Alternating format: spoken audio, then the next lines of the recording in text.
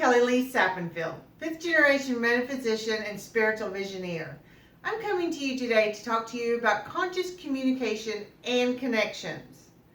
I want you to think for a minute. What is that one person that you never could please? It felt like no matter what you did or what you tried, it was never quite good enough. And if you delve a little deeper, it really felt like they maybe didn't even really love you. I want you to think about that person today. And I want you to hold them right here in your heart as we go through the practice today. But first, before we get to that, let me tell you a little bit about myself. I currently live in Abu Dhabi, and there is a journey that took me there. And part of that journey was being raised in a very metaphysical household.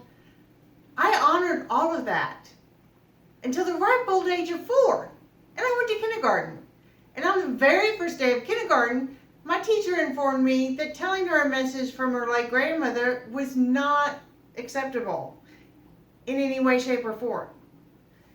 That began my journey of shutting down and closing off who I truly was, to where I was one person for my inner circle and another person for everyone else.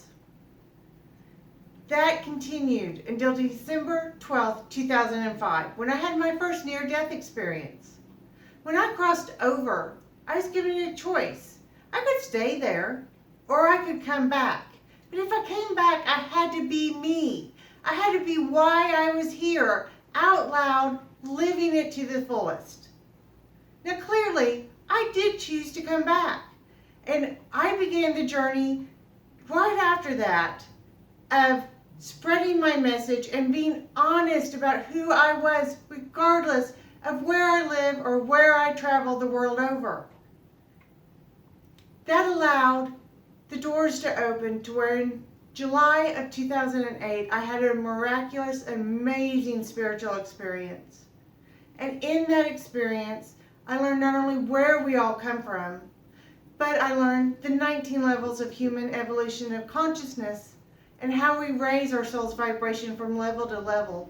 And importantly, especially for today, how love, which is the divine vibration, differs and it is expressed and given and also received according to your vibration level. So let's think again about that person that we were thinking about at the beginning. That person that you never truly felt loved from. I want you to think about them, but think about them in a different way. Let's think about them in a way that it's almost like an FM radio station.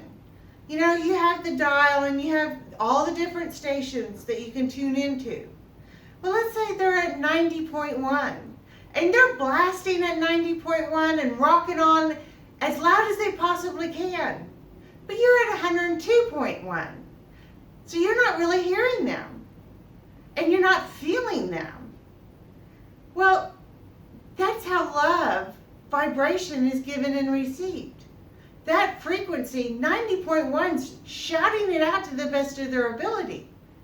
But you over here at 102.1 aren't hearing it.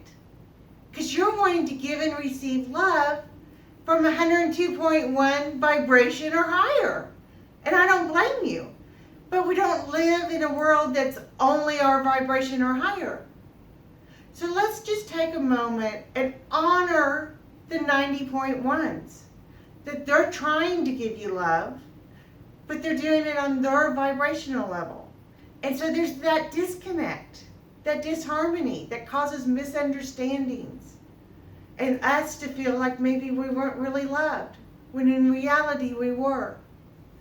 I want you to come and join me in this class so that together we can learn to communicate and connect consciously.